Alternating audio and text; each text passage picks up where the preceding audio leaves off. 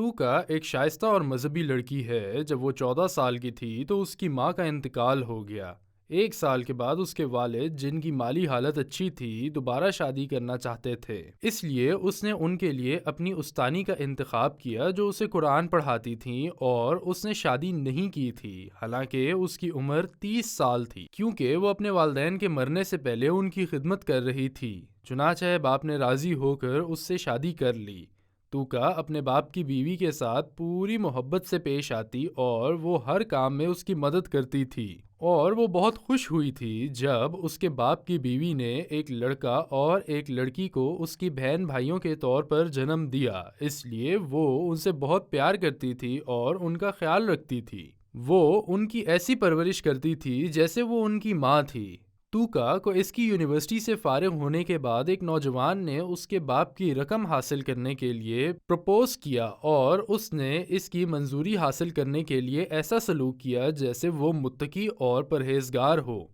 اور شادی کے بعد اسے معلوم ہوا کہ نہ تو وہ نماز پڑھتا ہے اور نہ ہی دین کی طرف توجہ کرتا ہے۔ وہ اس کے ساتھ صبر کرنے اور اسے اس وقت تک نصیحت کرنا پسند کرے گی جب تک کہ وہ اصلاح نہ کر لے، لیکن شادی کے 1 سال بعد بھی وہ وہی رہا اور دوسروں کو بلاتا رہا، ایمان پر قائم رہو، وہ کام نہ کرو جس سے اللہ ناراض ہو۔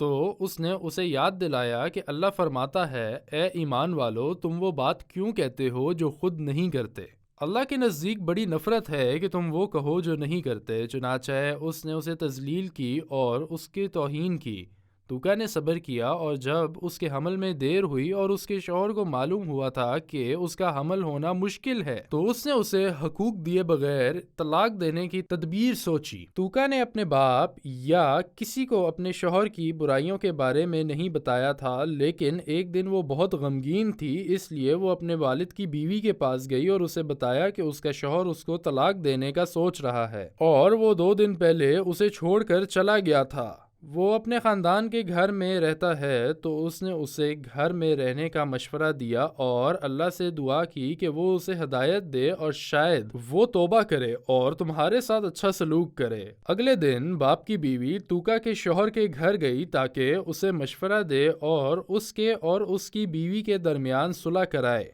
گھر والوں نے اس کا استقبال کیا اور شوہر کے بند کمرے کی طرف اشارہ کیا، اور جب وہ اس سے ملنے کے لیے اس کے قریب پہنچی، اس نے اسے فون پر اپنے دوست سے یہ کہتے ہوئے سنا، میں شام کو تمہیں چابیاں دوں گا، تم میرے اپارٹمنٹ میں چلے جانا، اور چند منٹ بعد میں اندر آ کر دعویٰ کروں گا کہ اس نے مجھے دھوکہ دیا، پھر تم میرے آنے کے بعد بھاگ جانا۔ میں پڑوسیوں کے سامنے اس کی دھوکہ دہی ثابت کر سکتا ہوں، اسے طلاق دے دوں گا اور اس کے حقوق میں سے کچھ نہیں ملے گا اسے۔ باپ کی بیوی گھر سے نکل کر واپس اپنے شوہر کے پاس گئی اور اسے جو کچھ ہوا سب بتا دیا، تو وہ اس کے ساتھ اپنی بیٹی کے اپارٹمنٹ میں چلا گیا۔ پولیس کو بزدل شوہر کے منصوبے کے بارے میں اطلاع دینے کے بعد جب شوہر کا دوست اندر آیا تو زنجیروں میں اسے جکڑ دیا گیا۔